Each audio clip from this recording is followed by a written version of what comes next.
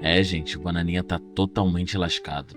Notícia de hoje cedo. Moraes decide avançar com denúncia contra Eduardo Bolsonaro sem notificação pessoal. Ministro diz que filho de Bolsonaro dificulta a comunicação oficial para evitar processo. Assim, o tempo dele já tá acabando. Na verdade, já deveria ter acabado. E, assim, já já ele vai acabar sendo mandado pro Brasil e vai responder por toda a traição que ele cometeu. E olha, ainda tem o Paulo Figueiredo, que teve o processo emperrado pela falta de notificação pelos meios tradicionais. Olha, e o Bananinha soltou outro vídeo hoje sobre a anistia, e é notável que cada vez mais ele tá desesperado. Ele fala também sobre o Flávio Dino abrir inquéritos relativo à pandemia, e assim, por que ele tá preocupado com isso se a direita é santa e não faz nada de errado, né? Difícil, viu? Somente a anistia pacificará o Brasil. No entanto, a nova estratégia daqueles que querem acabar com a anistia e aprovar a chamada dosimetria é lutar pelos destaques. O que isso significa? Significa aprovar o texto base do Paulinho, da Força, com essa tal dosimetria, e nos destaques lutar para que seja aprovada a anistia verdadeira. Só que isso daí está, no mínimo, equivocado, para não dizer mal intencionado. Os deputados que defenderem a estratégia de lutar pelos destaques, a fim de se alcançar a anistia, estão mentindo para você. Ou, ao menos, na melhor das hipóteses, mordendo a isca dos opositores da anistia. Porque nós não teremos votos para aprovar os destaques. No entanto, você só analisa o destaque se tiver aprovado o texto base da dosimetria. Esse sim que pode ir adiante e, certamente, passar longe de pacificar o país. Condena ao exílio perpétuo todos aqueles perseguidos pelo Moraes que estão hoje fora do país. E também coloca a direita fora da eleição de 2026, porque continuará o STF poderoso a ponto de fazer o que o Flávio Dino está fazendo, abrindo inquéritos relativos à pandemia, para depois acelerar e condenar vários favoritos ao Senado, que cairão na lei da ficha limpa e não poderão votar a favor de impeachment de ministro do STF em 2027. Esse cenário também, por óbvio, não faz com que um presidente tenha poderes para realmente colocar adiante uma anistia. Cobre o seu deputado. Dosimetria, não. Destaque, não. Só anistia no texto base, sim. Agora, voltando ao Paulo Figueiredo, isso não vai ficar desse jeito. STF pede cooperação da Justiça dos Estados Unidos para notificar Paulo Figueiredo. O ministro Alexandre de Moraes enviou uma carta rogatória, que é o mesmo que pedir cooperação jurídica internacional, aos Estados Unidos para que a justiça deles ordenem a notificação pessoal do blogueiro Paulo Figueiredo. É isso aí, os dias de lesa pátria desses dois estão contados. E assim, o Nicolas Ferreira, assim como outros da direita, como Gustavo Gaia, estão postando esse vídeo de puro mau caratismo usando a Débora do Batom da mesma forma como estão usando ela esse tempo todo para construir narrativa. Meu nome é Débora, mas vocês devem me conhecer como Débora do Batom. Eu sou mãe, filha, trabalhadora. Briga! Ai, que beijo! No dia 8 de janeiro, eu estava em Brasília. Não tinha armas. Não tinha ódio. Tinha apenas a esperança de ser ouvida. Em meio à multidão, escrevi com batom o meu desabafo, minha forma de protestar e mostrar a indignação que carregava no coração. Por esse ato, fui condenada a 14 anos de prisão. Não matei, não roubei, não usei de violência. Ainda assim, minha pena foi maior do que a de violentadores e assassinos. Me tiraram a liberdade, me tiraram o direito de viver em paz. Fui tratada como uma ameaça ao Estado, quando tudo que eu tinha era um batom. Meu crime não foi contra a pátria, foi contra um poder que se sente intocável. Quando um juiz deveria ser justo e imparcial, eu fui transformada em um exemplo, usada para intimidar, para calar milhões de brasileiros. Hoje, tento sobreviver, carregando o peso de ser chamada de criminosa, quando tudo que eu fiz foi escrever com batom. Um batom que para eles foi crime, mas para mim foi um protesto. Protesto não apenas para mim, mas para todos os brasileiros que se recusam a viver em silêncio e medo. Não deixem que essa voz se apague. Vamos lá, já foi mais que provado que não foi o batom. Ela mesma sabia o que estava ocorrendo lá. Inclusive, Na minha opinião, 14 anos é muito para uma pessoa que foi usada de massa de manobra desse jeito.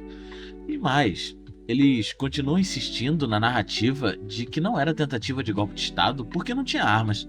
Assim, não tinha ódio? Olha a situação desse carro de polícia. Isso fora o vídeo dos bolsonaristas atacando um policial e o cavalo, que eu não vou me atrever de colocar aqui. Isso fora os episódios após a invasão. Por fim, o Bananinha quer ser o presidente de qualquer maneira, mesmo que isso dificulte seus próprios aliados, pelo menos por agora. Voo solo de Eduardo Bolsonaro nas eleições de 2026 preocupa a direita. Conversar com Pedro Venceslau. Pedro, você apurou que esse voo solo de Eduardo Bolsonaro tem preocupado a direita.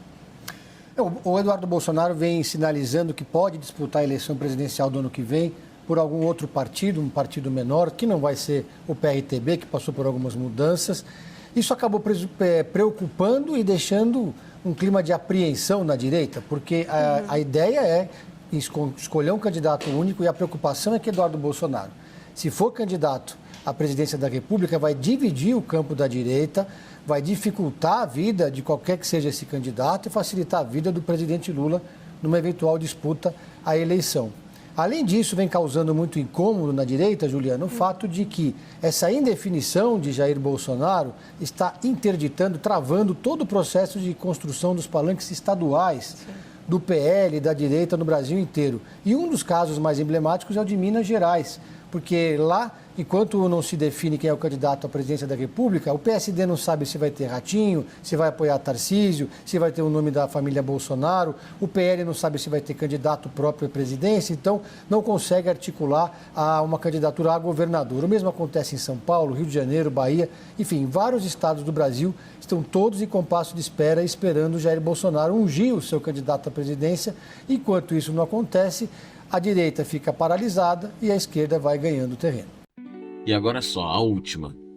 Lindbergh protocolou nesta segunda-feira, dia 29, uma petição à mesa diretora e à presidência do Conselho de Ética pedindo o afastamento do relator do processo que pode levar à cassação do mandato de Eduardo Bolsonaro. O argumento é que o deputado delegado Marcelo Freitas, do União, não tem condições mínimas de imparcialidade para conduzir o caso envolvendo o filho do ex-presidente Jair Bolsonaro, que está nos Estados Unidos desde fevereiro e tem articulado sanções contra o Brasil. O PT iniciou uma ofensiva para a troca do relator do processo que pode levar à cassação de Eduardo Bolsonaro. O líder do PT na Câmara dos Deputados, Lindbergh Farias, encaminhou hoje um pedido de suspeição contra o deputado Marcelo Freitas, conhecido como delegado Marcelo Freitas, que é do União Brasil. No documento, o petista alega que Freitas, abre aspas, não reúne condições mínimas de isenção para conduzir o caso, fecha aspas. O líder do partido de Lula afirma ainda que, em vídeo público, o parlamentar já chamou Eduardo Bolsonaro de amigo, além de ter declarado fidelidade irrestrita ao ex-presidente Jair Bolsonaro. O pedido é para que o relator seja substituído e para que a escolha de outro parlamentar para a função considere nomes já sorteados no Conselho de Ética da Casa. Marcelo Freitas foi escolhido a partir de uma lista tríplice, a gente lembra que também incluía outros nomes, da esquerda inclusive. Deputada Duda Salabert, do PDT, e o deputado Paulo Lemos, do PSOL. De acordo com regras do Conselho, o relator não pode ser do mesmo partido ou estado do deputado processado. E olha, há quem esteja tentando salvá-lo. Câmara encaminha para suspender e não caçar Eduardo Bolsonaro. Mesmo com a direita tentando salvar, ele não tem para onde fugir. Ele vai acabar sendo caçado, não tem jeito. E lideranças partidárias apontam que a Câmara dos Deputados caminha para suspender e não cassar o mandato do deputado Eduardo Bolsonaro. É uma apuração do analista Caio Junqueira. A avaliação é que o Congresso não deve ceder à defesa do governo e do STF de que o mandato do parlamentar seja cassado. Esse sentimento de autodefesa da Câmara aumentou após a rejeição da PEC da blindagem, somado às frequentes investidas do STF para investigar emendas parlamentares. Além disso, a suspensão acabaria tendo impacto positivo para Eduardo Bolsonaro.